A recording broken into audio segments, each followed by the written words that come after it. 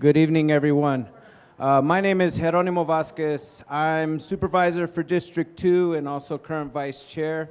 I wanted to thank you for being here tonight. We're going to have the opportunity to share our long-term mitigation plan and kind of give you the overview of just how extensive this monsoon post-wildfire flooding we've been dealing with has been. And I wanted to start off by just saying thank you for your patience. I know it's been a trying time since April. It's been one thing after another, and it's not over. We still have a couple more weeks of monsoon season left. Hopefully it won't be too bad, but we still have to just batten down the hatches and take the ride. You know, like there's not much beyond the short-term mitigation that we've been doing that we can do for this season. What we're going to be showing tonight is the long-term plan that we hope to get started in between this monsoon season and next monsoon season. We're working to get that funding so that we can do some of these improvements. If you were here for Schultz, one thing that you'll see that's different now compared to then is just the speed in which the federal funding has come in. When they were looking for the mitigation during Schultz to get the funding, it took almost 3 years before projects got off the ground.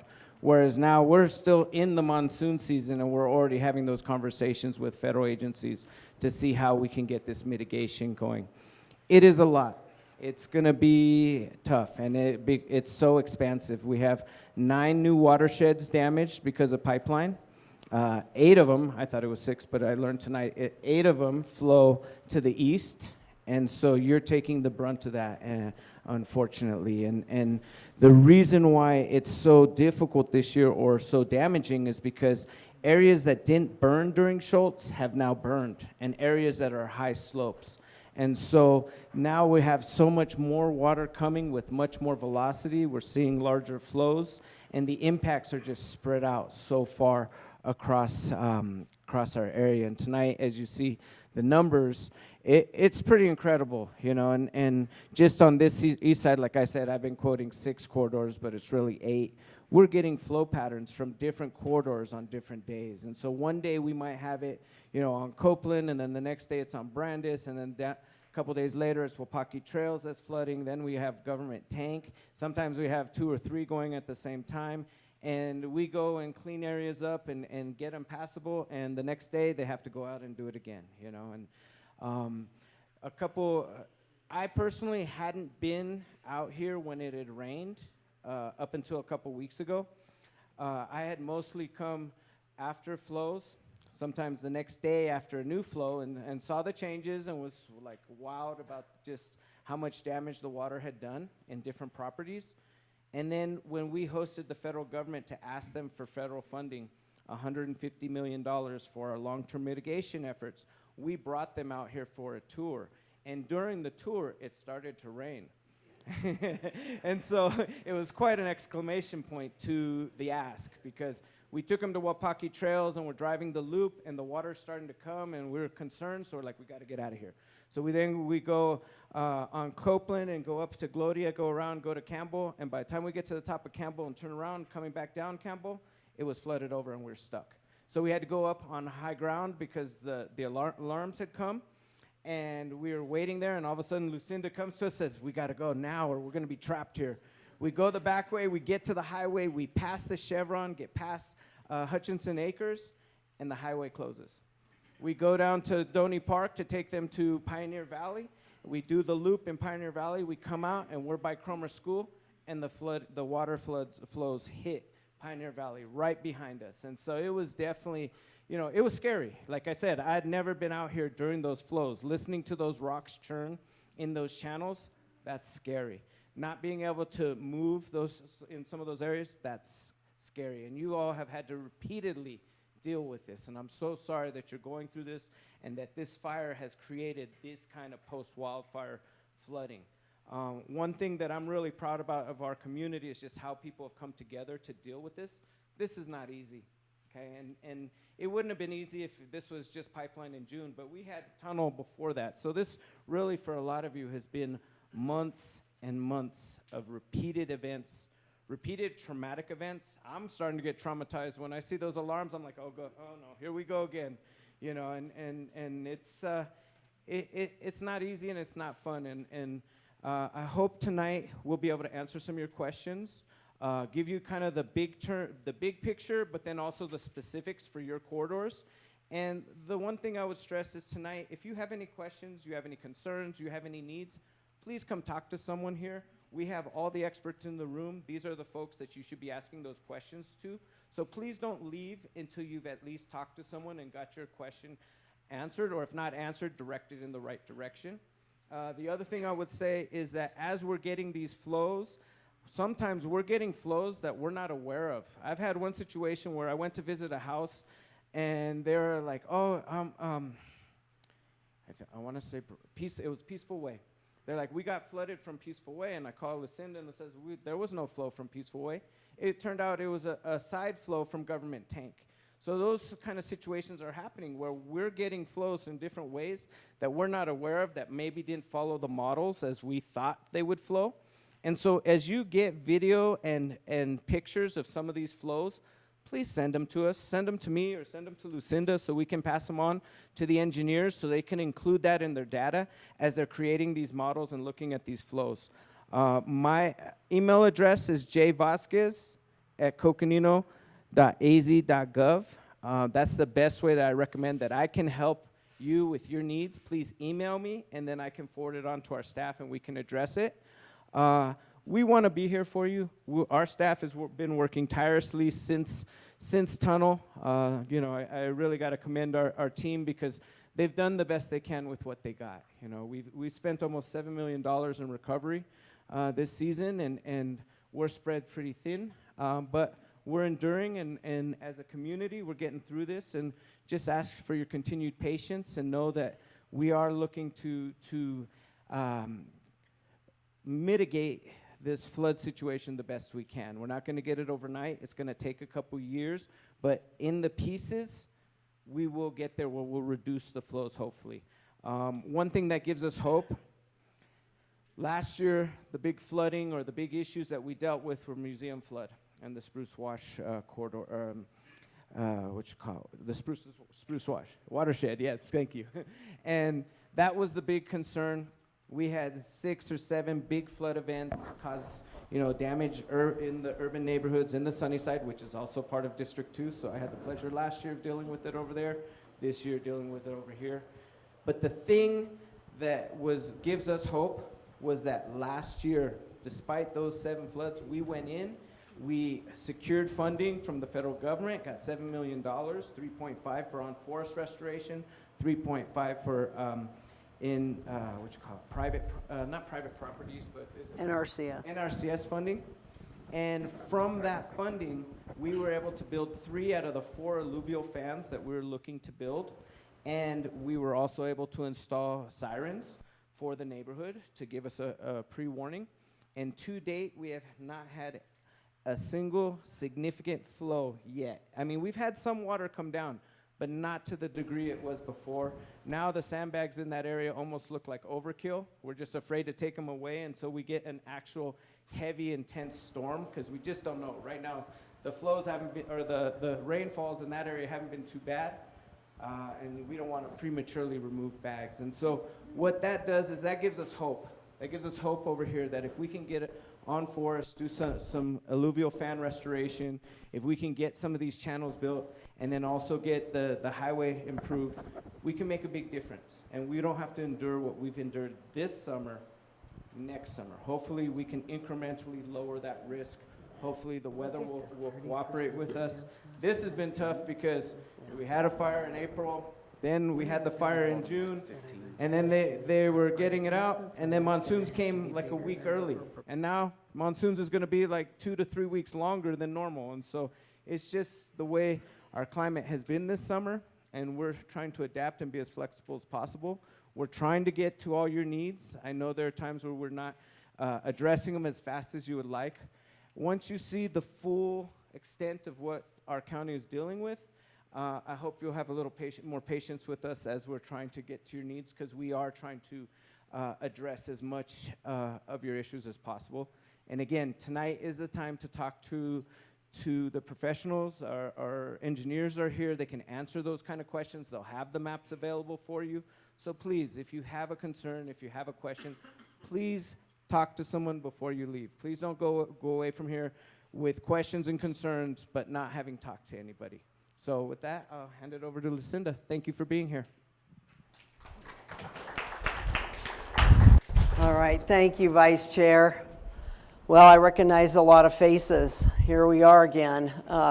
Hard to believe that, I think when, we look at what transpired, through Schultz and then having really a pretty amazing process through that, and then having a very quiet period until we had this fire. And this fire is a total game changer, and I realized I don't need this. I'm mic'd up. So I'll hand that back.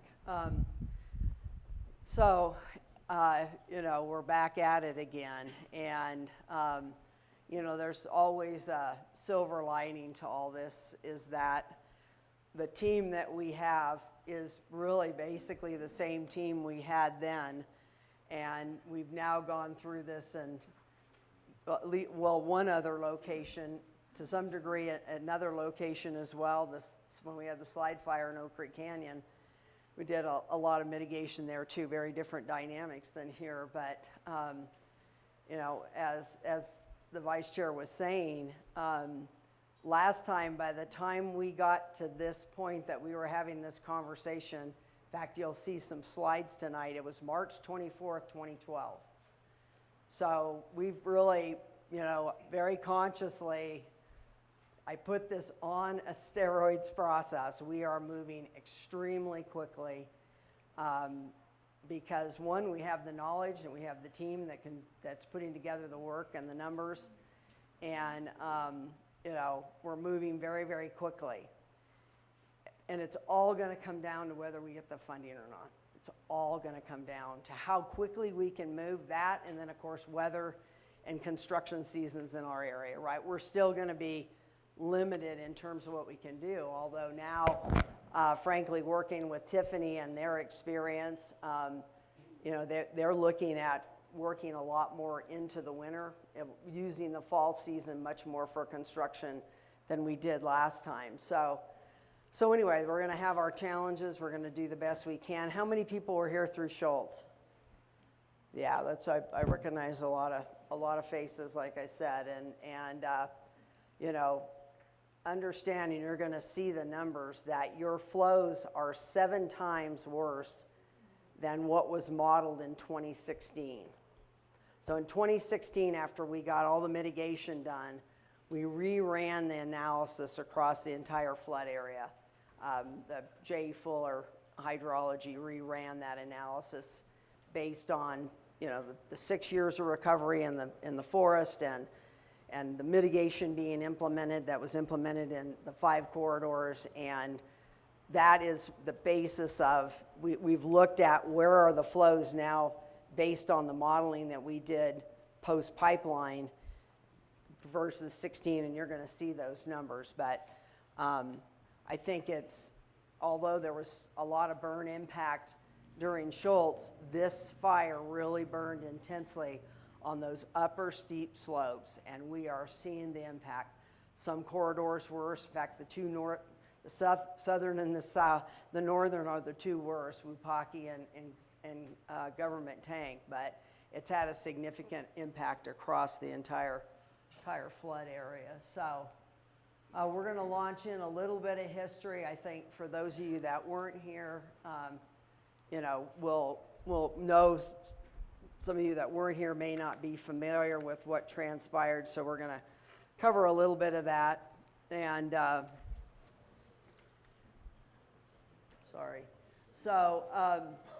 just a little bit of background here in terms of this fire and flood. And as I mentioned, post-Schultz, or during Schultz actually, we mitigated 5 of the watersheds, and 2 of the watersheds declined, of which one was this watershed. And there was a whole process, somewhat similar to what we're doing now. We did an initial meeting We had right of entry to start the engineering process, and then there were people that were reluctant, that didn't want to provide a drainage easement. And we're going to talk more about drainage easements because we're still going to need drainage easements if we're going to implement mitigation this time. But it's really this neighborhood or this community's decision about moving ahead. And then we went through several other fires and floods, as I think most people are aware of, and we've spent, probably now we're upwards of over 80 million, because we're at 7 million now in terms of just our response and short-term mitigation costs for this fire alone. A couple of slides that I pulled, I went back through the March 24th, 2012 event, and I just wanted to reiterate some of these points because some of you, one, may not have been here, and two, just as a reminder in terms of what we're pursuing and some of the things that we have to consider in that process. And that, we can't mitigate to every storm event. If we get very large storm events, they will not be mitigated by whatever mitigation we're putting in, because post-wildfire flows in this area now are 7 to 22 times higher than they were in 2016. So, it's just, it would take hundreds, we're over $100 million, as he mentioned, we're upwards now of about 140 to 150 million to mitigate, and it would take, hundreds and hundreds and hundreds of millions to try to mitigate every flood event, and that's just not possible. Also, in terms of, many of you will remember that the corridors that are proposed and that you'll see that Chris is laying out, Chris Duza with Civil Tech is the engineer doing the engineering within the community. And that last time, we talked about how those corridors, those channels really have to follow the existing, to a large extent, the existing flow paths, because if they don't, and then we do have a larger event and we flood people more significantly than they were flooded before, then that's termed a negative impact, an adverse negative impact, and we can't do that legally. Obviously we don't want to do that morally either. And he'll talk about the analysis that we do to make sure that we aren't creating adverse impacts either upstream or downstream with whatever is engineered. But a lot of times people say, well, move it over here, or move it over here, or put it over here, or put it this place or that place. There's a reason that you can't do that, because then you're diverting water to such an extent that you are creating adverse impact. So, and one thing, and I think Ruthie brought this up, that there's been questions about flood insurance, and it has here, securing and maintaining your flood insurance is critical, and I know a good number of you did. Post-Schultz, you maintained your flood insurance and probably are very glad that you have, hopefully. Although we've been very fortunate, we haven't had very many homes with flooding on the interior given the level of flooding we've had it, because the short-term mitigation overall has worked. It's not fun to live with, but it works. So thank you. But flood insurance, we did a virtual meeting now, I want to say, all the time runs together, I'd say about 2 to 3 weeks ago, with Edie Lohman, who is our FEMA Region 9 representative for the National Flood Insurance Policy Program. And so if you have questions about that, I encourage you to go. It's recorded, it's on the Schultz Pipeline website, and you can go and listen to it through that process if you're interested and want more information. There's been quite a bit of change since Schultz and the whole flood insurance program. There's now a very large private market for flood insurance, which really didn't even have that conversation during Schultz. And so, and there's a whole new way that they rate the threat in certain areas, the flood risk in certain areas now. It's not necessarily having anything now to do with post-wildfire, but it's a whole new kind of system that they're looking at. And it's all done in some system, in some computer system back east, frankly, and I don't completely understand it, but she tried to help explain it. So anyway, I encourage you to look at that if you have questions. I know one of the questions we get is FEMA going to determine that the 30-day waiting period is waived. Those of you that were here during Schultz remembered that after Schultz, we worked with Senator McCain, and we got legislation passed that now, under the NFIP, the National Flood Insurance Program, that if the flooding emanates from a national forest that burned, they have the ability, FEMA does, not us, FEMA has the ability to waive that 30-day waiting period. Anytime you sign up, anywhere else, any other time, you have to wait 30 days before it becomes effective. What they're telling us is that's going to be made on a claim-by-claim basis, which kind of is odd. I assume at some point they're going to say this area was affected in all the, claims that come in, but they're going to look at your claim. They're going to determine whether your flooding was as a result of a post-wildfire emanating from a national forest and make that determination. But I made sure that she answered that question because we were getting that question a lot. So another slide back from 2012, involvement and participation. Tonight we have right of entry forms here. When we get done, in fact, we need to make sure that we get the tables set up very quickly. Usually we have the tables set up over here, but we'll lay out, and Chris will be here, Mike will be here, Mike Carley from Natural Channel Design, and you can look at what the proposal is in terms of that channel alignment.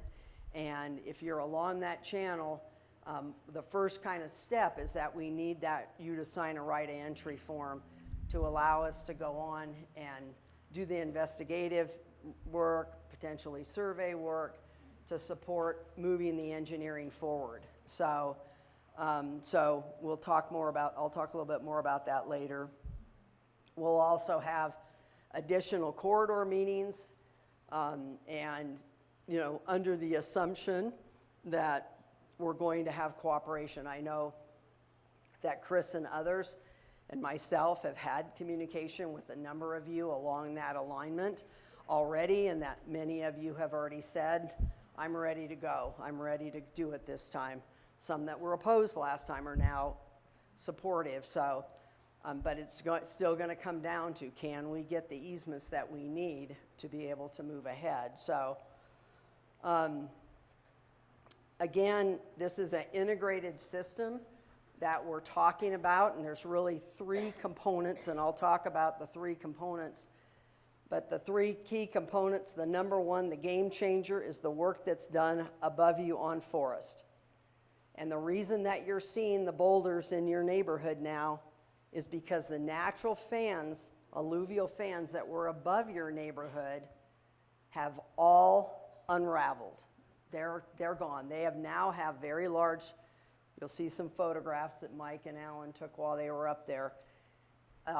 There's huge channels now through all those what were fans that were spreading the water out, slowing it down, allowing the sediment to drop out, and have really had a lot of positive influence since Schultz.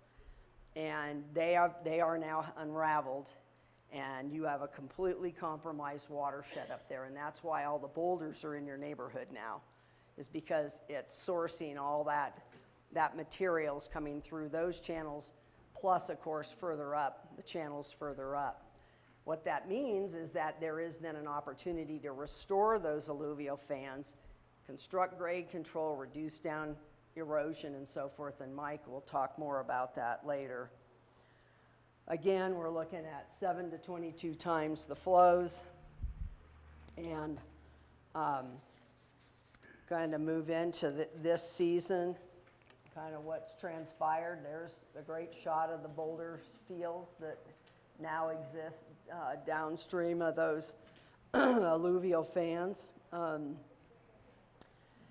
This year alone, we've had, I'm kind of starting to lose count, to be honest. I think we're at 45 major flood events. So in Schultz, we had 25 the first year and 23, I think, the second year. And that's because those very severely burned slopes, again, and you already had a compromised watershed. You weren't starting from a much less compromised. It was a compromised watershed. And we've issued, many rave alerts, as you're well aware, 155 National Weather Service warnings. We've identified there's up to 1,500 homes that are at risk for flooding.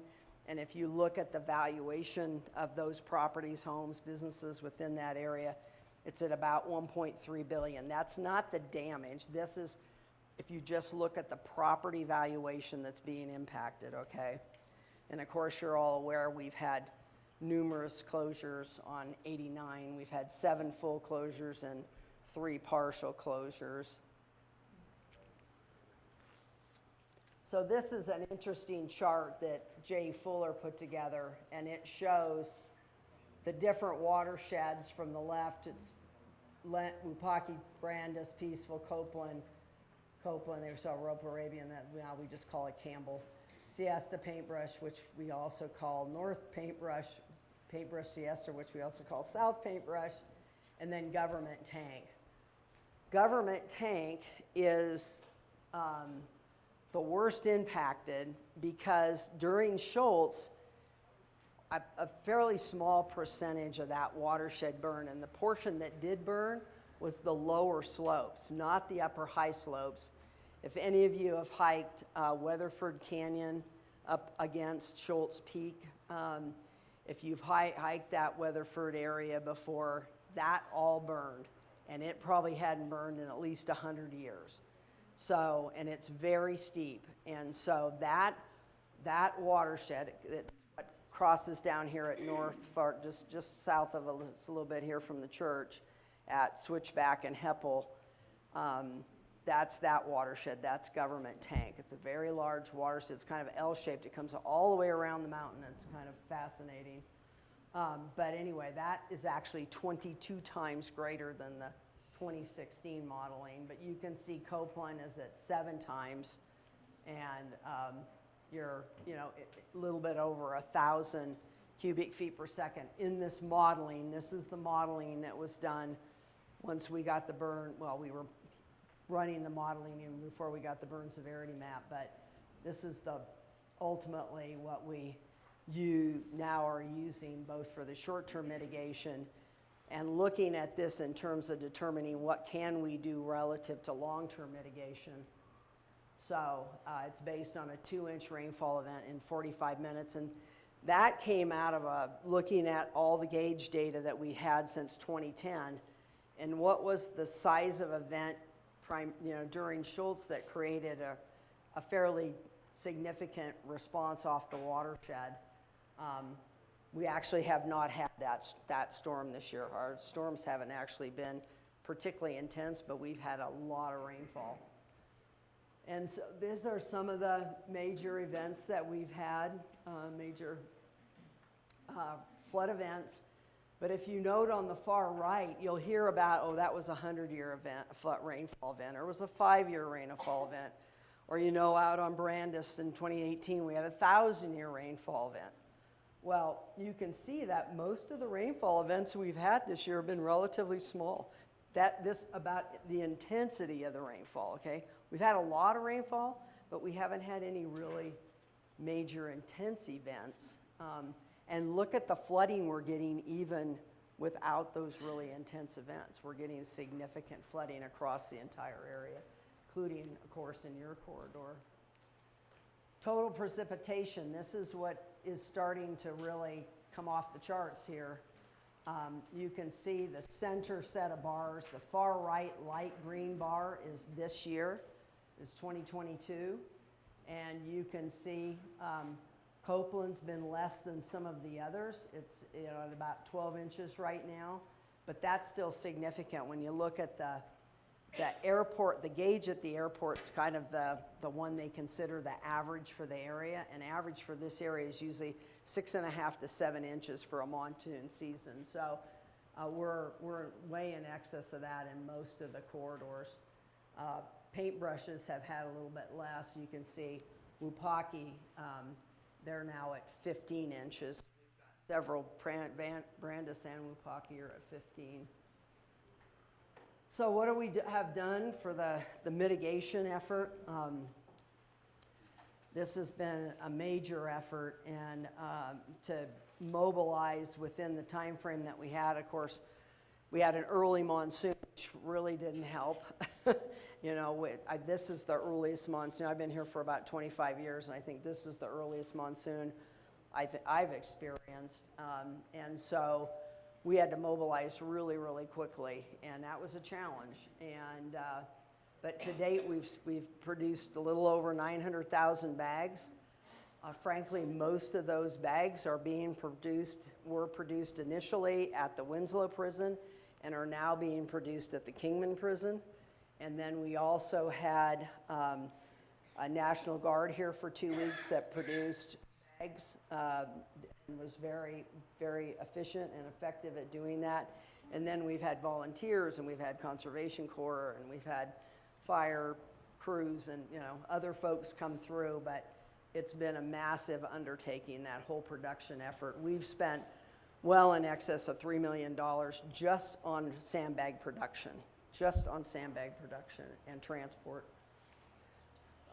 And you're all well aware all the debris and material that's being moved from one place to another constantly.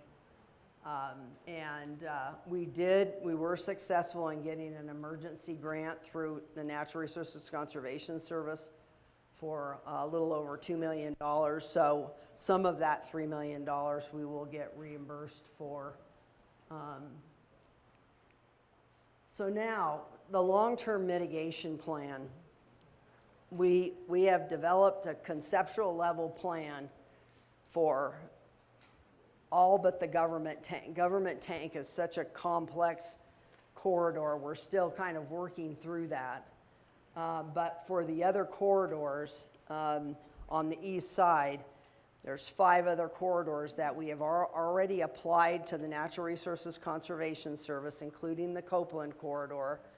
We've applied and we've been approved for the funding, and we're on a waiting list. We're now on the national project waiting list for those funds. And how this process works is that we are waiting for Congress now to fund that Emergency Watershed Protection Program, the EWPP program. And what we're working very closely with our congressional delegation, who has just been tremendously supportive. And they are working right now to have a section of an emergency supplemental bill. Typically, when there are major disasters across the United States in any given year, there's what's called an emergency supplemental legislation, or a bill introduced into Congress. And there's an expectation within the next 2 to 3 weeks that that bill will be introduced. Largely being driven by Kentucky and those really bad floods that they had in Kentucky, California wildfires, all the impact that happened, like at Yellowstone. In Montana, they had really bad flooding early this year. Some of you may be aware of that. And so right now we're working very closely with our 2 senators as well as Congressman O'Halloran, and they have drafted up, you know, the language to support funding that program. Through that mechanism, they can't fund specific projects. They can't fund a specific project, but they can fund a program within the federal government. So they're going to be asking to include in their funding for the Natural Resources Conservation Service, EWPP. Same funding we used before during Schultz. During Schultz, we used that funding for both on-forest work and off-forest. Unfortunately, in 2016, a decision had been made that they can no longer use that funding on forest. It can only be used on private property or in public right-of-way. So we have to seek a separate source of funding now for the on-forest work, and we've identified what that program and that funding would, if it's funded through this emergency supplemental, that funding would come through the Forest Service. So that's another component. So within that emergency supplemental, there's going to be 2 different components that we're advocating for, obviously very strongly. EWPP, and then another funding source through the Forest Service, so to fund that on forest. The third component of all this is highway drainage. We're going to do questions at the end, so we get through everything. But the third component to all this is the highway drainage improvements. And as some of you are aware, particularly in your corridor, the Copeland Detention Facility, that was built with emergency relief funds from Department of Transportation in 2015. We're seeking that same type of funding to do work at the highway. One, to support the repairs that are needed so that the highway can function and remain open. And two, we are increasing the mitigation both upstream and downstream of the highway, and we need that capacity of that highway system to be increased to support those improvements. So this is an integrated system. Everything we do on Forest, through the neighborhoods, and then at the highway all has to be integrated and in effect engineered together. And that's all the work that's been going on to date. So just a quick walkthrough on this broader plan so you understand the big picture. I think it's important to understand the overall picture, not just what's happening in Copeland. But on Forest, we are looking at 4 new major watershed restoration projects, and that includes Copeland and Peaceful just to the north of you, as well as Government Tank, and then Schultz Creek. Schultz Creek runs into Highway 180 on the west side of Flagstaff. Some of you might have seen that in the newspaper, how it's flooded over by Seacrest School. And then we're also going to be expanding and repairing the on-forest watershed restoration measures that were constructed during Schultz, because they're all, most of them are being overwhelmed with that major increase in flood flows, particularly Wupaki trails to the north. So, and this is kind of the breakdown of the cost. And these, been getting refined numbers from Mike and Alan all week on the cost, and you can see that Copeland is, I think you're the second highest cost, which in some ways is good because it means you have a lot of fan area up there to restore, which is really important in terms of reducing the sediment coming into the neighborhood. And if we don't do those measures on Forest and can't reduce that sediment, then anything we construct downstream will just fill up with sediment and it won't function. So it's imperative that we get on Forest. And we've also seen, as we did, through all the Schultz, that it also will have an impact in terms of the volume of water as well. Although we don't put that into the modeling. It's kind of our insurance policy.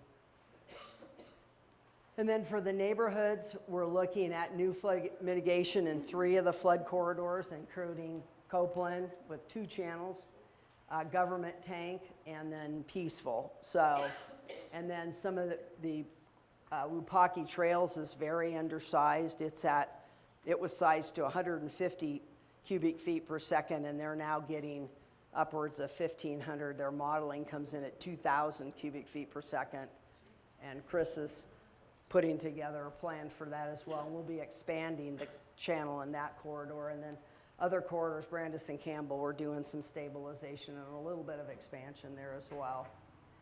Total price tag for that, the price tag on Forest is around $40 million we're at right now.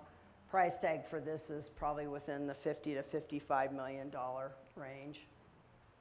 Then highway drainage improvements, we've got improvements planned for that entire corridor. One piece of this is to expand, not the footprint of the Copeland Detention Facility, but right now we think we can add about 50% more capacity at that detention facility, which is going to be important because if we're successful at getting the channels through your neighborhood, that concentrates that water much more quickly, and we have to be able to manage that so it doesn't have downstream impacts either at the detention facility, highway, or across the highway in Fernwood, or even further downstream in Doney Park.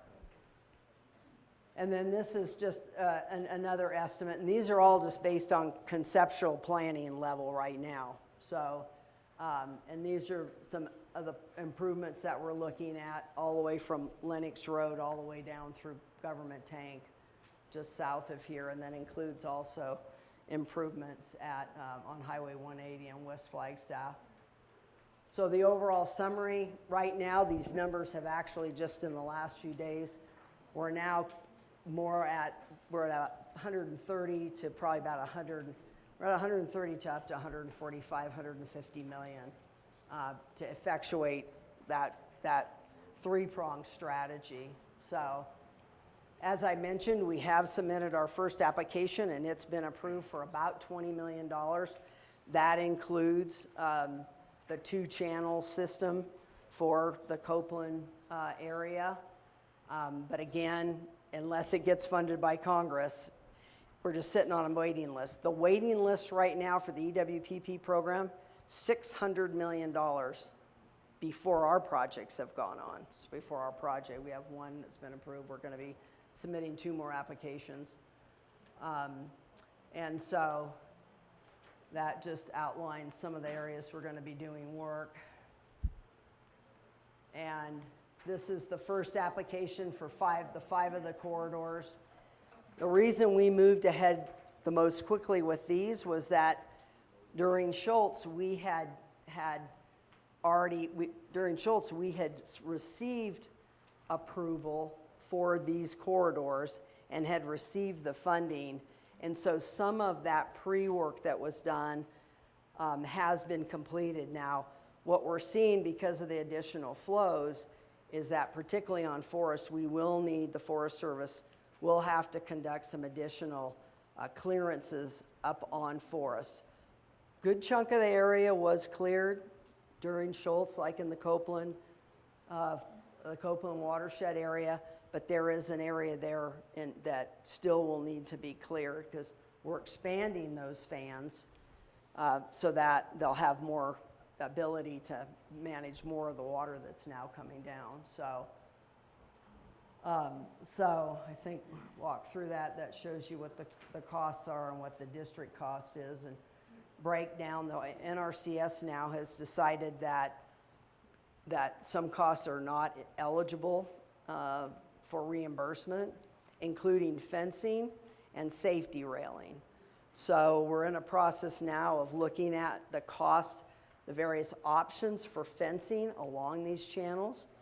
We will put in fencing, but we're looking at what are the different options and what are the costs, because that cost will have to be entirely covered by the district. So Chris and we're working with a contractor to look at what are our options and how much that cost will be.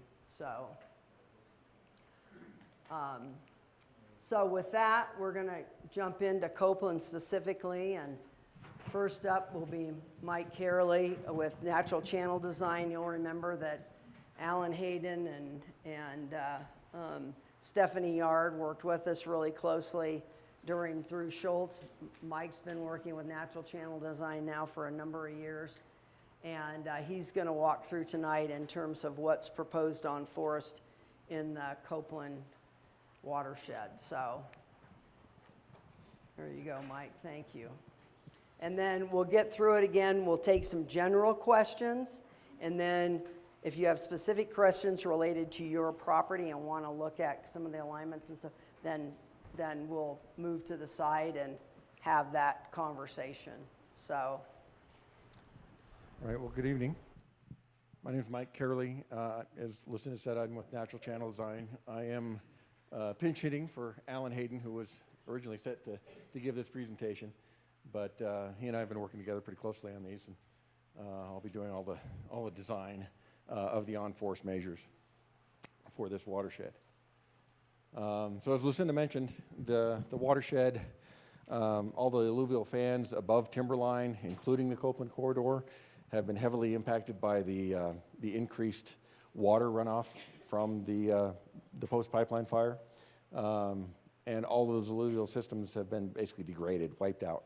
What had been, like on the left, what had been fairly minor channels have become deep gullies, and the alluvial fans, such as the picture on the right there, now have gullies flowing through them. What those alluvial fans had been doing and should be doing is allow the water that's coming off the steeper slopes of the mountains to spread out, slow down, dissipate the energy, and drop out the sediment. So as it gradually works down towards the neighborhood, as you saw before the fire or before the Schultz, back in those days, you just had, you could have major events up on the mountain, but you just have a trickle of flow coming down through the neighborhoods. That whole system has been wiped out, initially by the Schultz, significantly damaged, but certainly in post-pipeline, it's just been taken out completely. On forest impacts, these are some, these pictures are about half to 3/4 of a mile above the neighborhood. You can see the deep gullies right here. I mean, these banks are about 7 to 8 feet tall. It's just recently cut through with the flooding just from this monsoon season. Pre-monsoon season, that was the alluvial fan. That surface right there was the alluvial fan, and that's all cut through.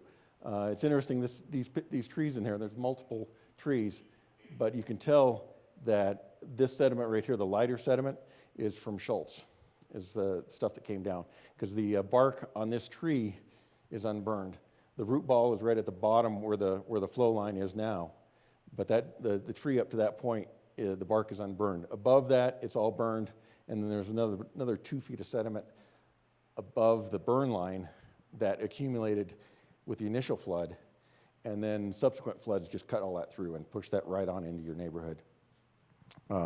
This photo on the right is just a little ways downstream of this gully, where as it comes out, there's a little wider valley, a little bit lesser slope, and that sediment just drops out in that area, and it's just a unlimited supply of cobbles and boulders that drop out there. You might think, okay, great, we're storing the sediment there as it drops out, but the problem is the next storms come through and they'll find a weak point in there, and then they'll gully through this and push that on down to the neighborhoods.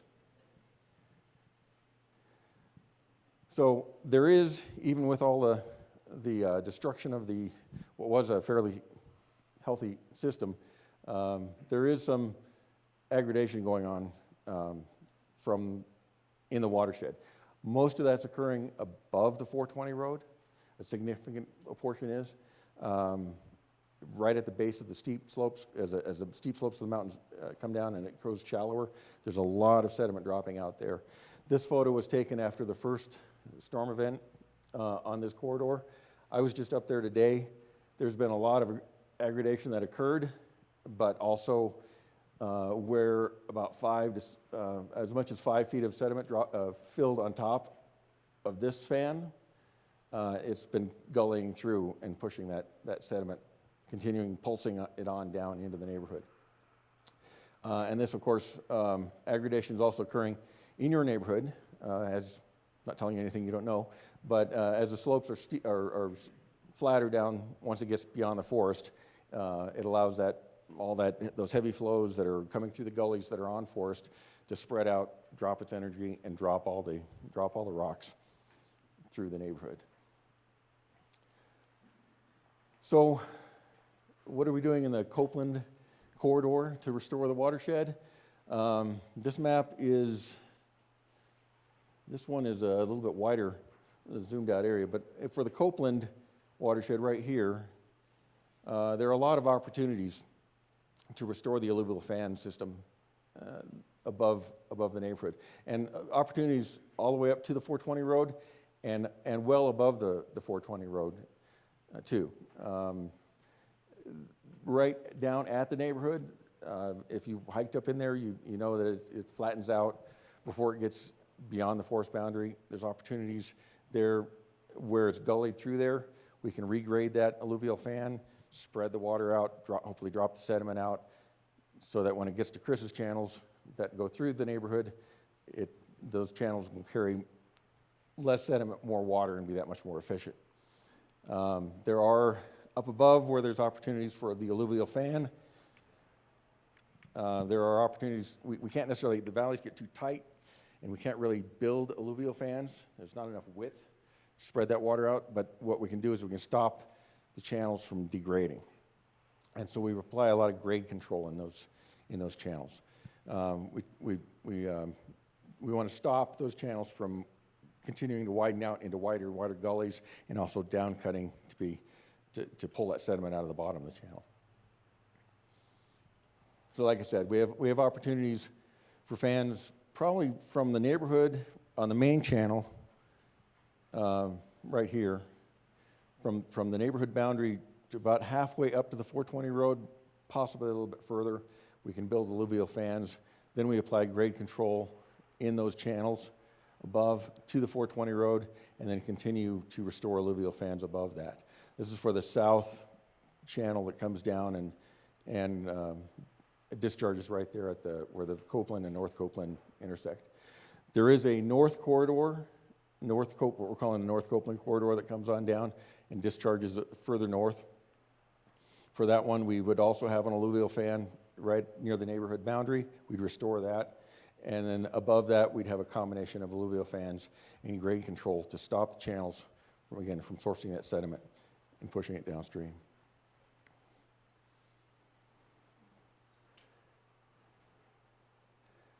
So what are we trying to do? What do we say when we try to restore an alluvial fan? So if you've hiked up there, if you've seen the gullies in the watershed, these pictures are an example of a similar situation that we had in the museum fire watershed that we just repaired this spring. This picture was taken last fall on this alluvial fan, where there was an existing alluvial fan, but had multiple gullies like this one where Carol was standing, 4, 5, 6, 8 feet deep at times. And what those gullies do is it just allows that sediment from the steeper slopes to just push through the alluvial fan instead of stopping, and continue on down into the neighborhoods below. So what we do is we take all these gullies, we regrade out that whole area into one, basically a sloping plane. It has a shallower slope. We get rid of all the deep incised gullies, and allows the water that comes from the high slopes to come down here, spread all the way across the fan. Lesser flow, or lesser depth of flow, lesser energy, and drops the sediment out before continuing on downstream. This particular fan saw, I believe it was 2 pretty good events this year, this monsoon, and so far it's been working very well. So practices, what do we do when we say we restore these alluvial fans too? Because it has it's a sloping plane, it's all graded out. When we're done, there's no vegetation. There's a lot of rock there, and a lot of soil, but there's no vegetation really to hold anything in place.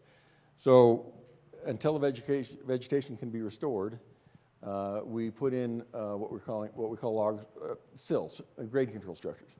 And we've used logs in the past, and we've also used rock for grade control. So as the water comes down, these sills go perpendicular to the direction of flow. The water comes down, it's going to try to gather up, concentrate, build some energy, and start digging down and create a gully.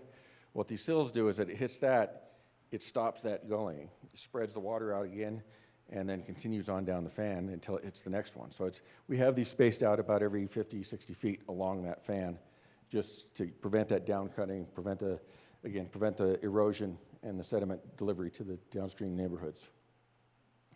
Also in the channels where the valleys are too tight to build alluvial fans, there's not enough width, we armor the channels with rock grade control. So we just essentially make sure that we put these large rocks in there to prevent the channel from degrading, from digging in, getting deeper, becoming those deep gullies that you see. These particular rocks were put in, I believe this is from the museum fire just this past spring. As you can see, pretty good sized boulders, generally about 48-inch diameter rock. It goes right in the channel in the flow line. The rock also serves to protect the channel banks. It draws the flow away from the channel sides, back recenters it into the channel, so there's not as much sourcing of sediment from those channel banks. And again, like I said, prevents the down cutting. And that was the installation. And this is probably, I don't know if it's the same one, but after the flow event, you can see that it's just the channel wasn't allowed to head cut backward up into the stream, into the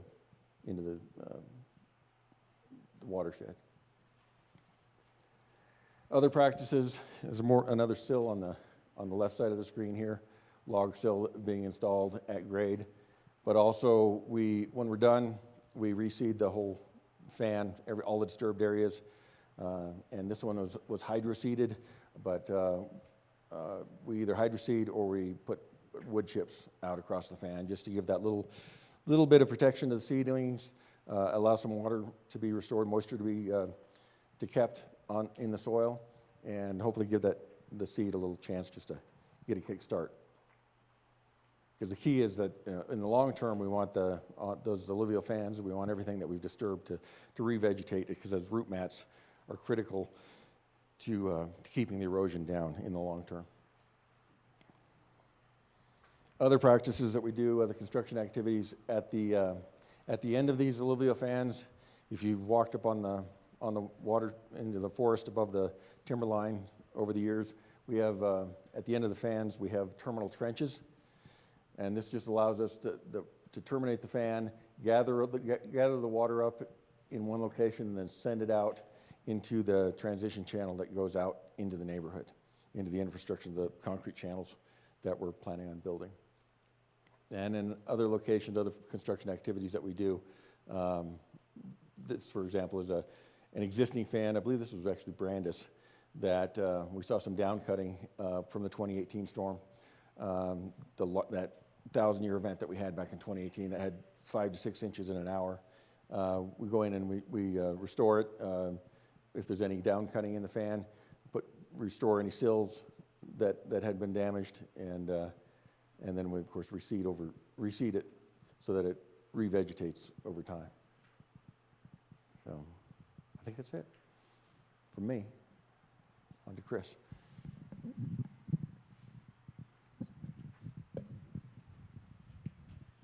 All right, good evening, everyone. I'm Chris Duza with Civil Tech Engineering. Like Lucinda said, a lot of familiar faces from 10 years ago. I think we're all a little older and a little grayer now, especially me. So, but it's good to see you all, but of course not under these circumstances. So a little bit of history. I know Lucinda talked about this a little bit as well, but the Copeland watershed was not entirely burned during the Schultz fire.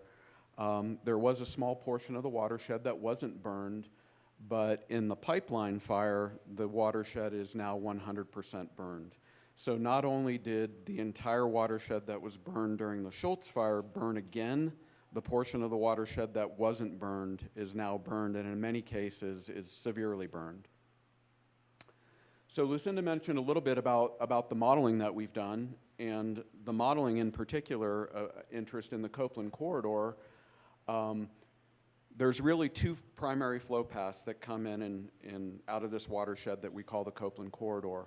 And one is at the end of Copeland. It's where the Victorian house is there. You're probably familiar with that area. But when we model a storm event of 2 inches of rainfall that falls in a 45-minute period, which is more of a monsoonal type storm event, we get over 1,000 CFS that comes down in the watershed there, about 1,030 CFS. In the other part of the watershed, which is north of here, in more the North Copeland area, we get about 560 cubic feet per second that comes down.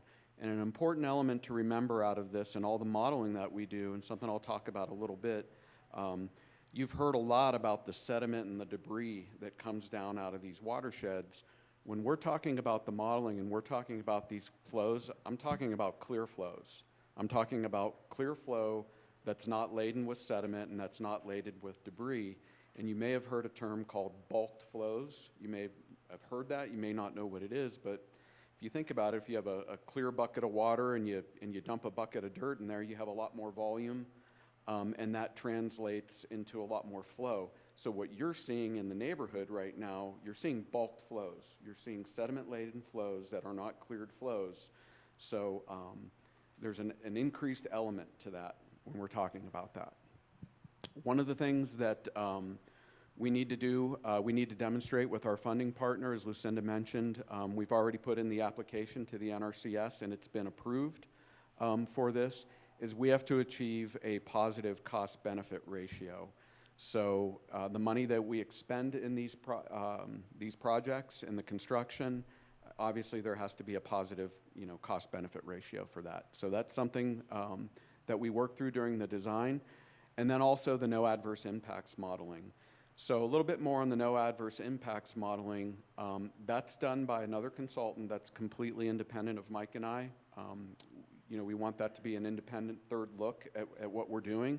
And like Lucinda said, for the most part, it's critical for us to follow the primary flow paths that we see right now, because keep in mind, these improvements that we put in, they're not designed to handle all storm events, and we can and will get storm events that will exceed their capacity.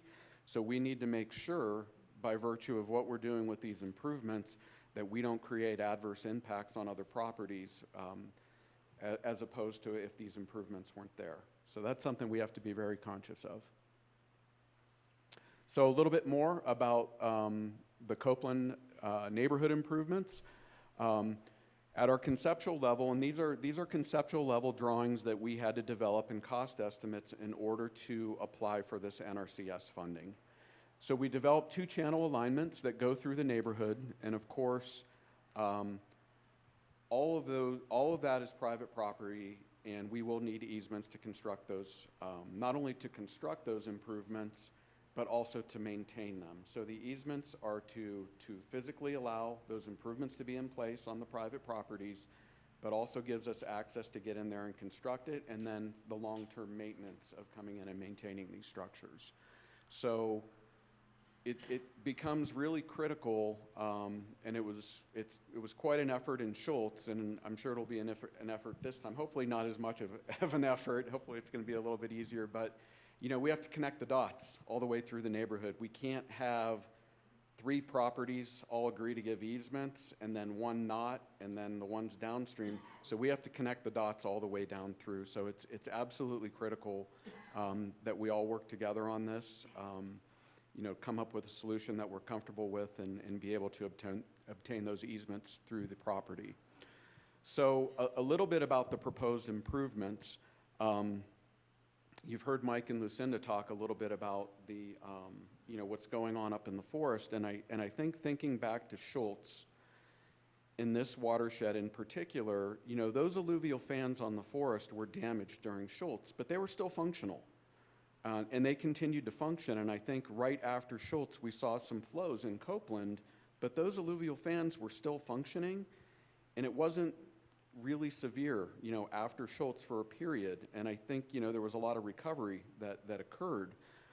But right now, as Mike described, those alluvial fans are really, they're unraveled. And if you think about it, what we're essentially trying to do, we have now these alluvial fans that were up on the forest that now have these large in size channels that are cut through that are really efficient in collecting water from the top of the mountain and sending it down into the neighborhood.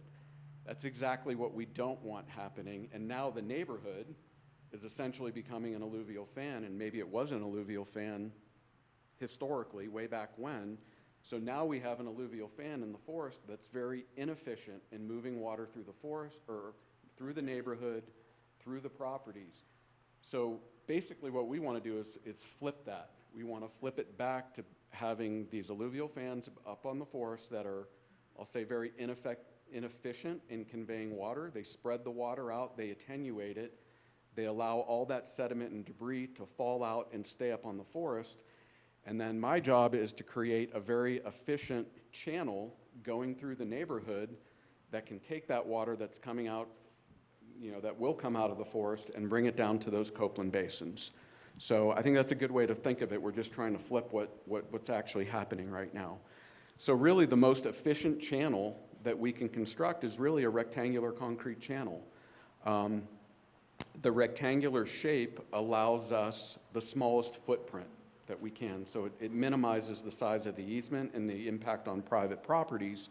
And of course, a concrete channel is a very durable channel that'll last a long time. It's also very expensive, one of the most expensive channels that we can build, but it's a very efficient way to move water because we can keep velocities very high, we can keep sediment moving through there because of the velocities, and it's easier to maintain in the long run.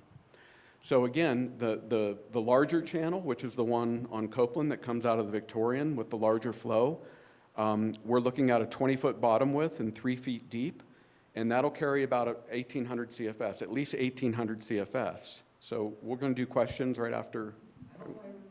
Okay. So that carries about 1,800 CFS, and if you recall back to the modeling, the 2-inch 45-minute storm, it was a little over 1,000 CFS. So that's pretty good capacity there. And again, the smaller flow, the 560 CFS that we were talking about, we're looking at a 10-foot bottom width and a 3-foot deep rectangular concrete channel through the neighborhood there, which will have a minimum capacity of about 780 CFS. Okay? Wherever we cross existing roadways or driveways, we'll be putting box culverts in. And the box culverts will be matching the channel geometry. So there won't be, for example, in a 10-foot wide channel, we won't have 2 5-foot wide boxes with a center post between there.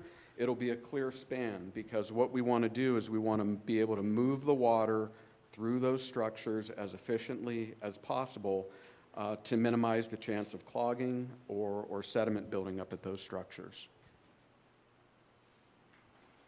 So again, I mentioned a little bit with this type of channel, it gives us the highest probability, the best chance to move sediment and debris through those channels. You know, really without the work that's done on forest, you know, one thing, it always sticks with me every time I hear Mike or Alan talk a little bit about it and what's going on in the forest. You know, right now, because of the damage to those alluvial fans, the source of sediment on the forest is essentially limitless. You know, we're literally talking about billions of cubic yards of sediment and material that has the potential to keep coming down out of the forest. So, you know, the work that we do in the neighborhood is very dependent on the work that we do in the forest. So, but we also want to put channels through the neighborhood that give us the best chance, if we do have sediment and debris that moves down out of the forest, you know, to continue moving that down through the channel. So that's a concern for us. Long-term maintenance, as I said, a concrete channel is a very durable, it's a very durable, one of the most durable type of channels we can put in there, and it's very easy for us to get in there with heavy equipment, and when we do have sediment or debris build up in there, to, you know, to go ahead and remove it out of there. As far as roadway and driveway elevations, we're not going to want to modify any of those, raise them or lower them. We're not going to want to change the dynamics of overtopping. That goes back to the no adverse impacts. So those will essentially stay the same. And again, you know, one of the things that we're cognizant of when we do this design are minimizing utility relocations, because again, that can be very, very costly, and utility relocations will be not covered by our federal funding partners. That'll be covered entirely by the district. So we really want to minimize that and keep our money more towards the improvements and not worrying about utilities. So this is an illustration, and I have some maps here afterwards that we can look at. Rick and I will both be at tables looking at maps with you. But this is just kind of a cartoon depiction of where those alignments are as they come through the neighborhood. There's the North Copeland channel alignment and then the Copeland alignment. And those will basically originate at the forest boundary, come all the way down through the neighborhoods, and they'll terminate at those basins down at Copeland. And as Lucinda discussed, as we're delivering, you know, more flow more efficiently down to those basins, part of the long-term mitigation plans will be the expansion of those basins adjacent to Highway 89. So a little bit about, you know, what exactly does this look like? And we did a similar project a couple of years ago. This is here in Mountain Dell, if you're familiar with the Mountain Dell area in Sinclair Wash. This was a rectangular concrete channel that we constructed there. It's 3 feet deep. I think this is about 22 or 24 feet wide. But you can see how it looks from an aesthetic standpoint, and with the safety rail or the handrail that's constructed on the side, you know, for fall protection, as well as the box culvert or bridge structures, if you want to call them, that are located at the driveway or roadway structures. So you can see, as I was mentioning before, we want to put structures in there that'll be very unintrusive, to allow the water to just continue to flow through there and not get caught up on those structures. So this is a little bit about, to give you a visual aid of maybe what this would look like. Again, a couple more pictures. You know, they can have curves to them. They don't have to be straight and all at angle points. You know, we can build radiuses and curves into there, and I guess try to make it as aesthetically pleasing as a concrete channel can be, right? And as you can see, and we had a very small footprint to build this in. We had a lot of structures and homes, you know, very close to this channel. And so with that, I'll turn it back to Lucinda, and she'll talk a little bit more about drainage easements. You already got that. No, that's right. Here, this is. Such a habit. Great, thanks. Get back to- So drainage easements.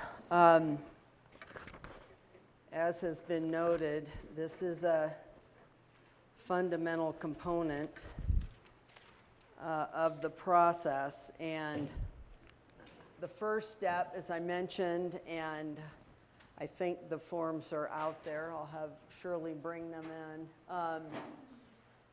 in. We start the process by securing the right of entry, which basically just allows primarily the consulting engineers and surveyors and so forth to come on and do that preliminary work so that they can actually do the engineering, right? So, but I think this is a kind of a key step, because it also then means that there's got to be that conversation about, you know, are you interested at all at moving forward, right, with this? And so then the next step is, you know, as we move into, now right now we're at a low level of engineering, and typically what we did last time is we did at 30, 60, and 90% engineering. 90 may or may not happen. It kind of depends on what comes out of that 60%, if there's any change at that 60% level of engineering,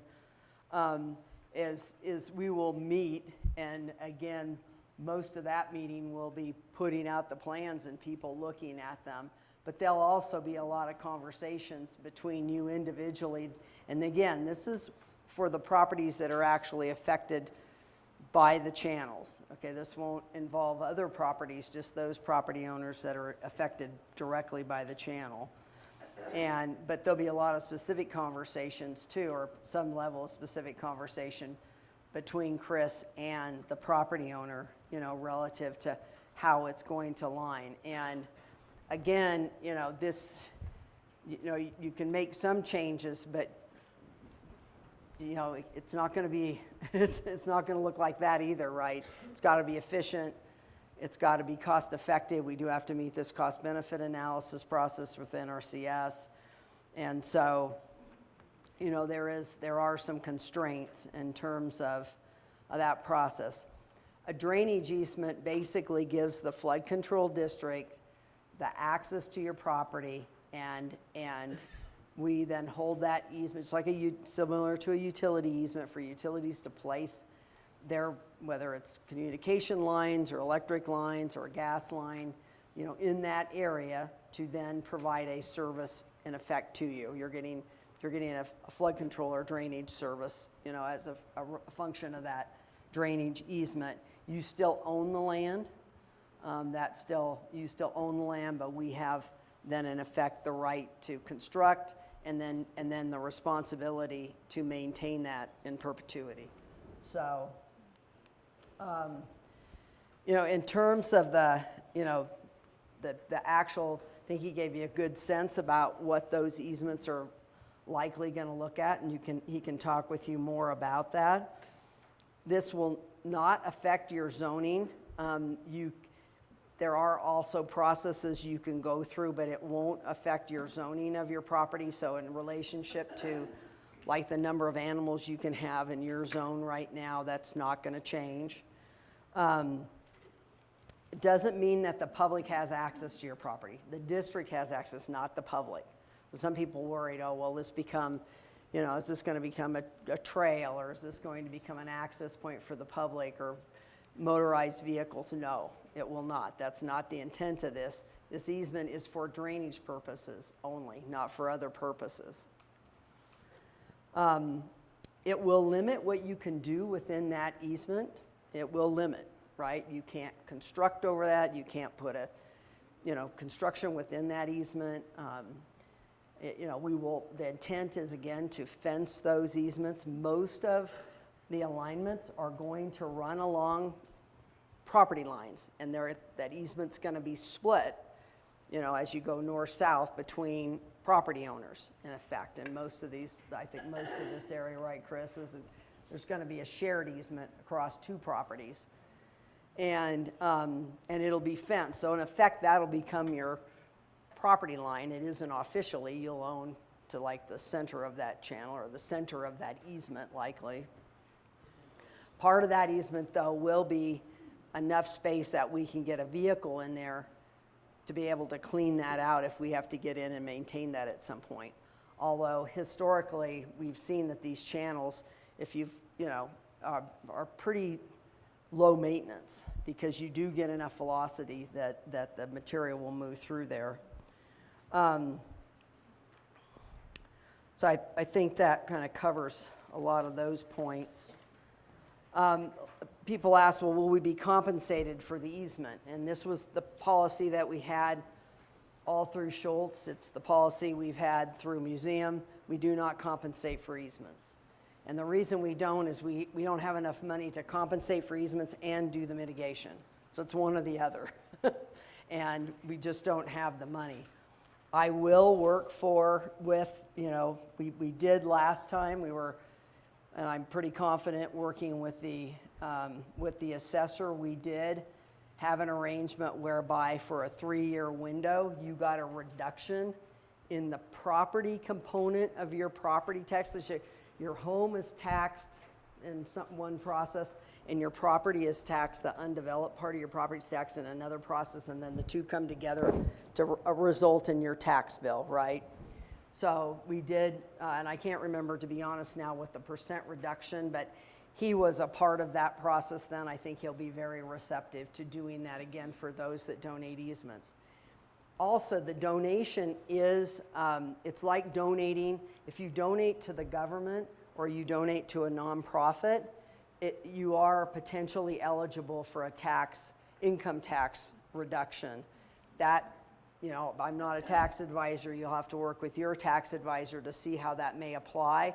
But we will provide you with the value of that you've donated. What is the value of your property? And there'll be a gentleman out. His name is Dennis Lopez. He did all our valuations last time. He's going to come up and do all our valuations again this time. And he will put together a formal valuation. He does valuations for ADOT across the state, all the jurisdictions down the valley for these types of public infrastructure projects.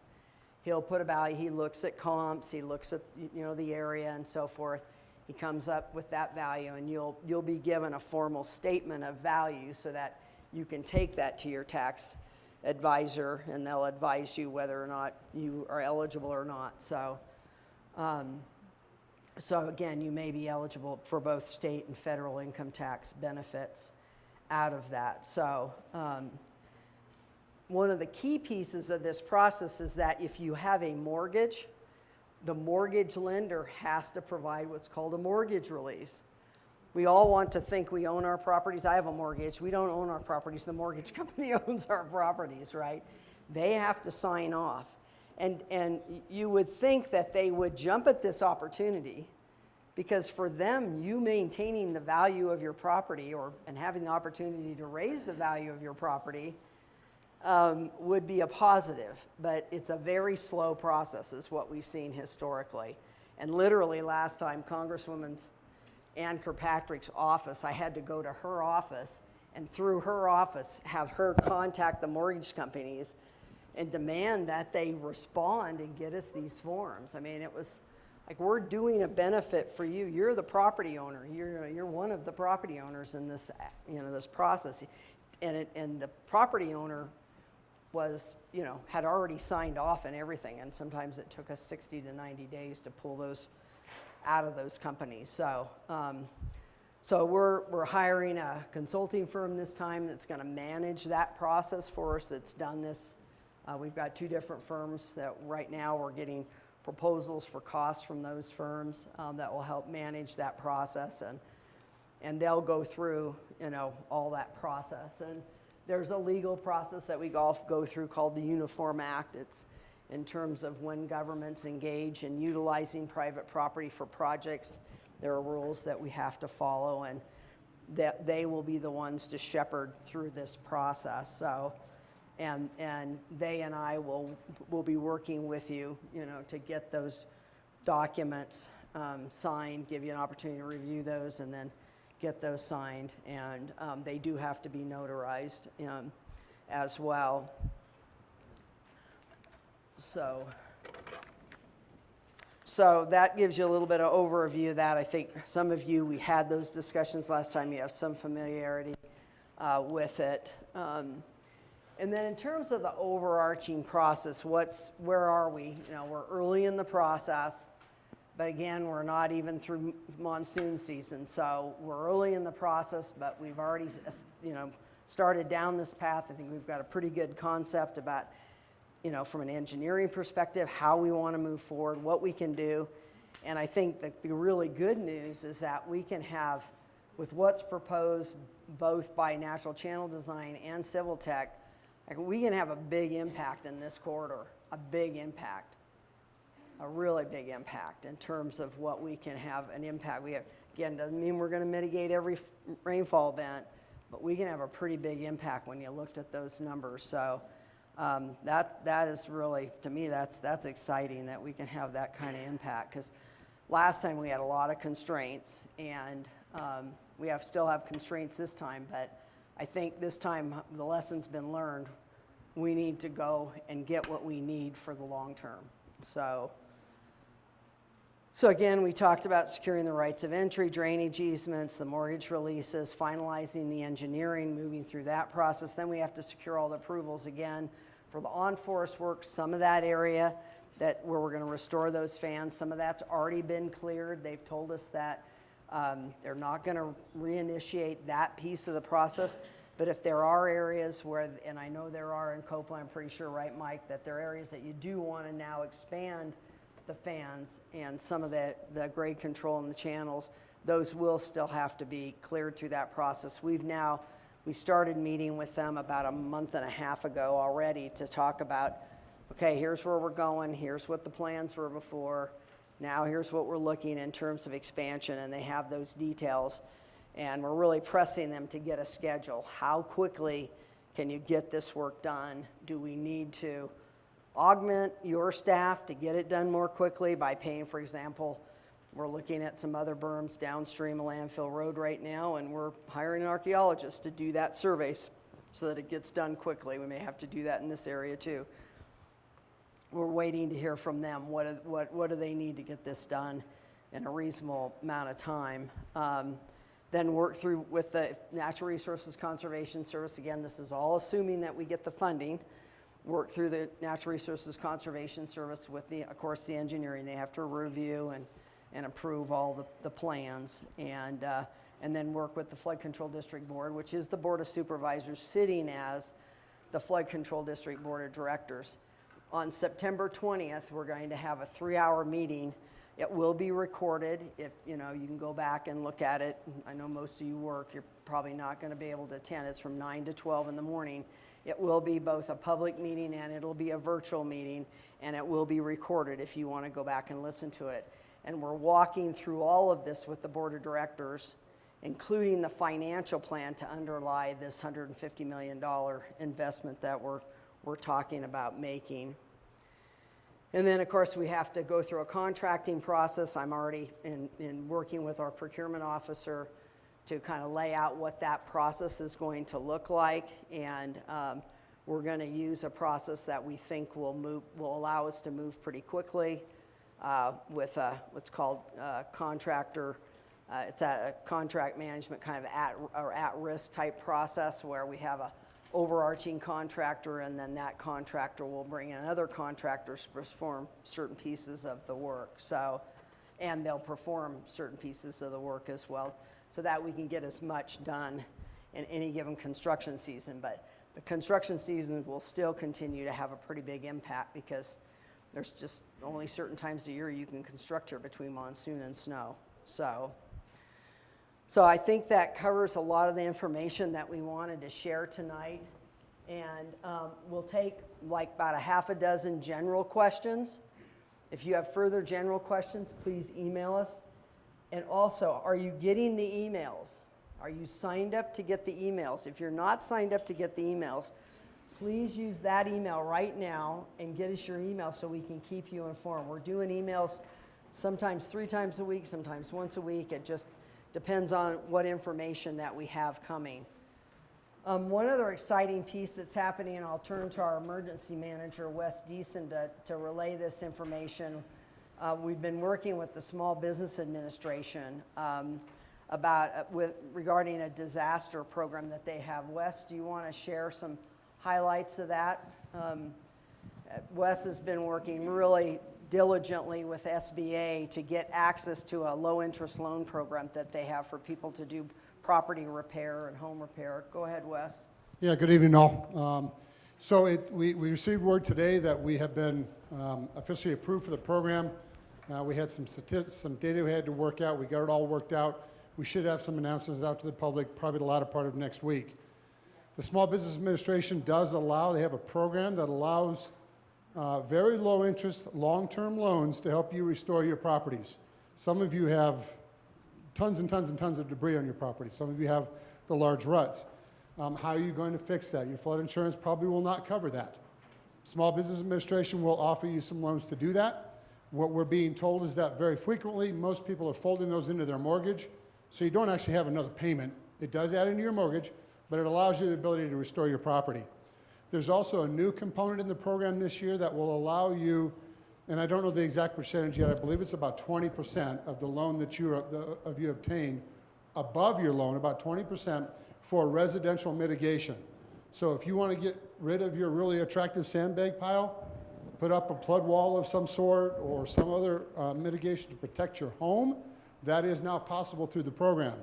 That will require engineering, it will require plans, it's not something, it will require a process, but this program will fund that up front for you so you don't have to try to dish out what could be pretty costly. Some of the houses in this corridor and the paintbrush corridor have got a lot of damage. It's going to be very expensive repairs. So we should have information out toward the end of next week, and we will have on-site SBA staff here in the county. They'll be set up in the Emergency Operations Center on King Street at the health building. You can either go apply in person, or there will be an ability to apply online as well. I don't know the application process. We're still working out some of the details, but it's going to be a great program to help you restore your properties and protect your properties from the future. Great, thank you, Wes. And I really want to acknowledge Wes. He's, managed just through all the disasters we've had over the last several years and just done a phenomenal job, and really appreciate it and everything that he's doing. And this particular program, we've never qualified. We didn't qualify during Schultz for this, so this is really an opportunity. But I want to emphasize this won't be managed by the county. It is actually managed by SBA. And frankly, at this point, we know very little about like eligibility and those kinds of things. So we're going to be learning together. But they're telling us they're going to bring staff and be able to answer people's questions, and that there'll be a lot of materials made available. We will certainly get those out through that email system, and probably do a mailing to some extent to push people, frankly, to the website. All of this, we have the Schultz Pipeline website. That's just, everything goes on that website. All the meetings, everything, all the materials, everything's on there, as will be, we'll have something very prominently there for the SBA program. So with that, let's take a handful of questions here, just general questions. If you have a specific question about your property, again, we're going to do that afterward. Sir, you had your hand up first earlier. Yeah, the designs of pictures that we saw. The 3-foot depth and 20-foot wide. Is it possible in the easement area to add a berm above, in a sense, above grade to give us another few feet of protection that's a little farther out? Right, so basically, you know, because the easement area is going to be large, you know, probably what, another 10 to 15 feet on each side? Yeah, well, keep in mind that the easement is not only for the construction of the channel itself, but it's for the long-term maintenance. So we need to have an area where equipment can get in and out of there and perform maintenance. And can another couple feet of berm, will that interfere with that? It potentially could. I mean, you could always go with a wider easement, but again, you know, we have to be careful about no adverse impacts. And typically when you build berms as opposed to channels and start pushing water around, we can run into problems with that. And, you know, berms, yeah, we want water to be able to get into the channel and not necessarily be pushing it away. I mean, these channels are going to give you significant capacity, much greater than what you have even seen right now in terms of flood flows. So again, doesn't mean, you know, you can get a 3-inch or a 4-inch event and all bets are off, right? But you're still going to absorb a huge amount of flood flow in that channel itself. And you've seen that in the channels that were mitigated. Look at what's happened. Campbell, we've had no flooding virtually, other than the very top section that overtopped the terminal trench. We've had virtually no flooding downstream. We had one home with flooding on the interior. So you look at the corridors that were mitigated, those channels are still having a tremendous positive impact, even though to some extent they're being overwhelmed. So, ma'am, there was a question up front here. Ma'am, you had a question. Just one more thing real quickly. I think in Copeland, I'm guessing the biggest flow that we've seen this summer come out of Copeland has probably been, you know, this is a bulk flow, it's probably been in the range of about 800 CFS. So we're talking about a channel that carries 1,800.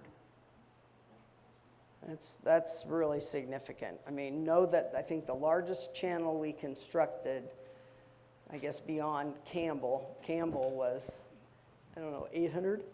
Can't remember what Campbell was. Campbell was around 500. Yeah. So much more efficient, effective channels. And ma'am, you had a question. You had mentioned, it was off on page 11, that there was funding received and approved for Copeland.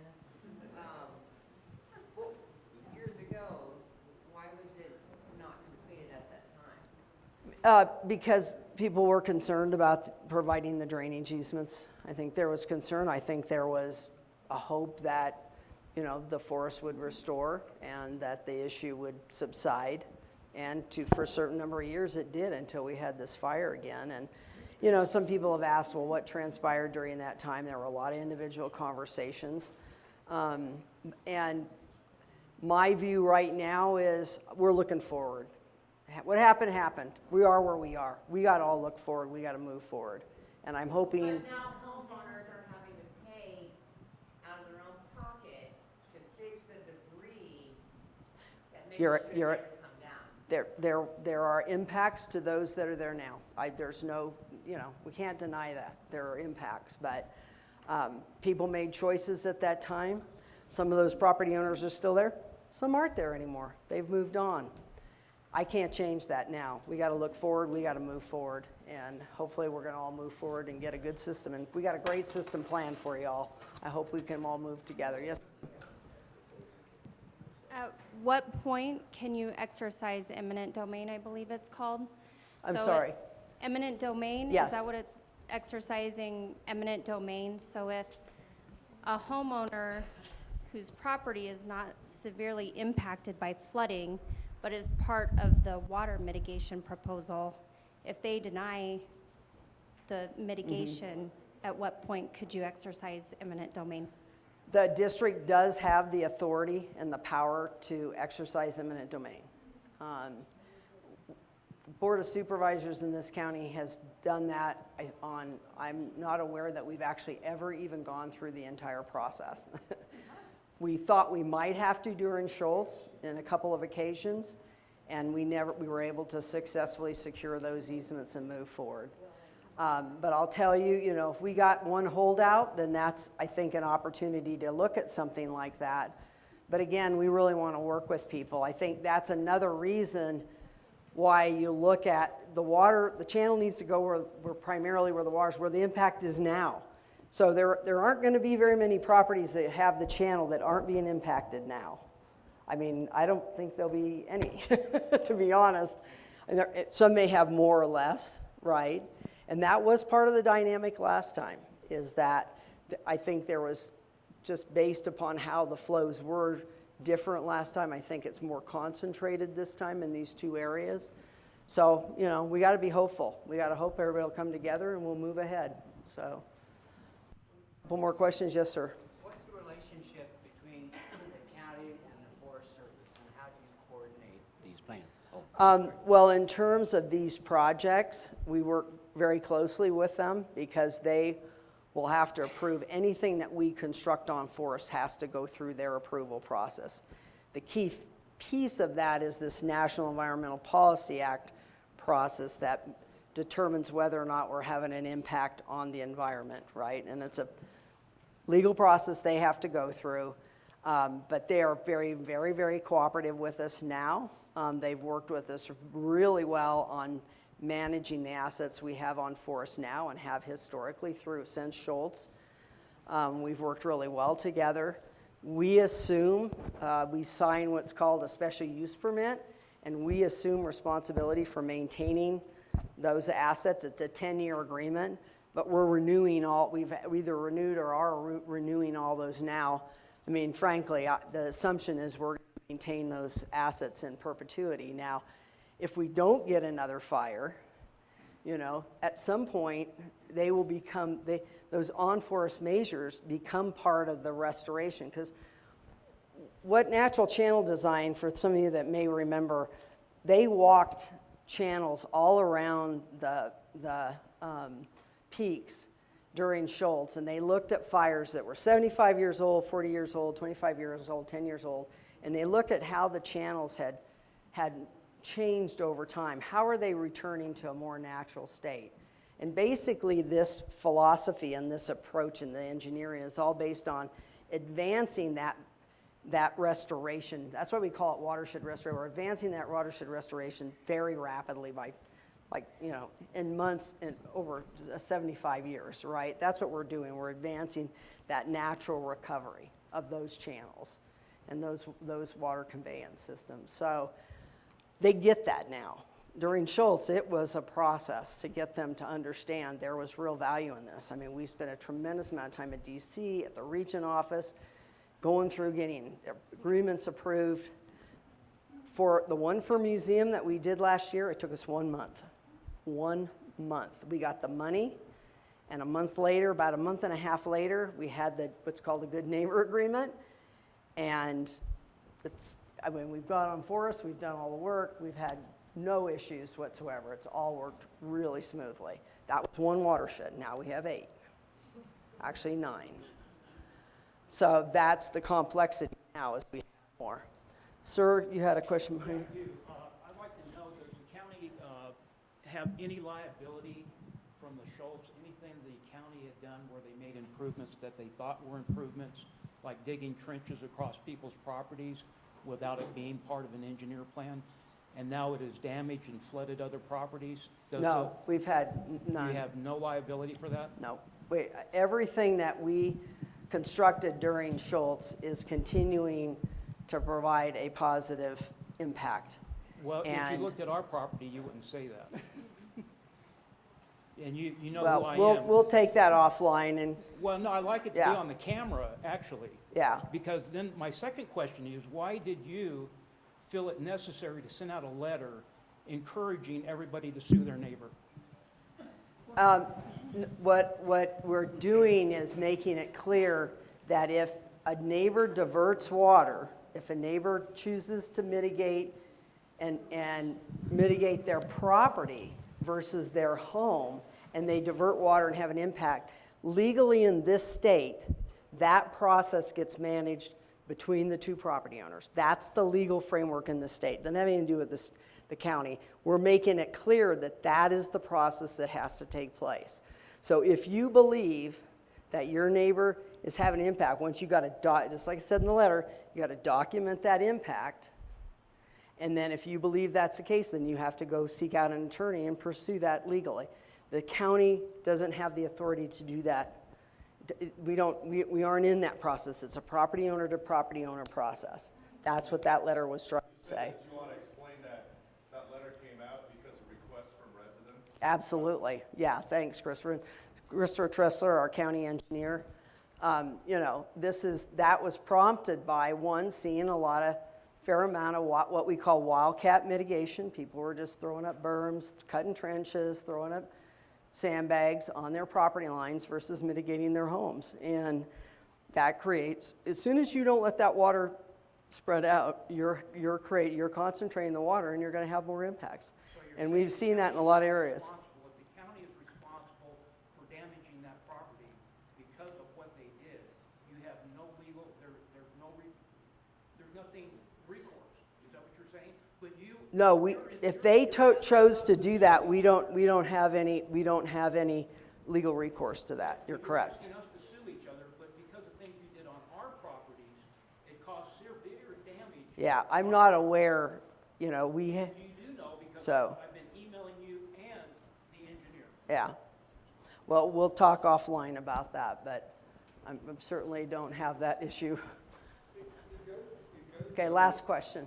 So this is more of a comment that working together makes a lot of difference, because we had a neighbor upstream of us that dug a trench at our request to channel the water that was sheeting across all of our land and putting our house at risk.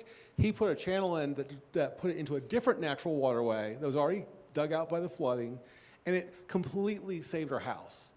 But he got permission from the downstream of us, who was just upstream of the retention area, our permission, and then he dug the trench. And so it saved. Yeah, and I hope that you will, and that was the first recommendation, was go talk to your neighbor. Go talk to your neighbor. Go have a conversation about it. And I want, likewise on this SBA program, there are people who have a tremendous amount of sediment or rock on their property, and there are people all over that have head cuts that need head cuts filled. Work together.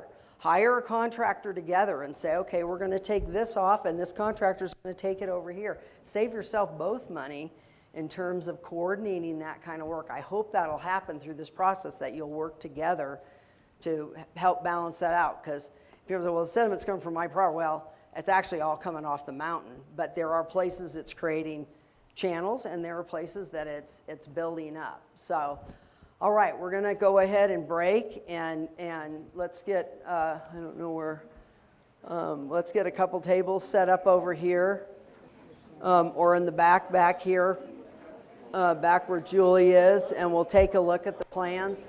And if you're on one of those channels and you're ready to sign up right entry, please let us know and we'll get you the form.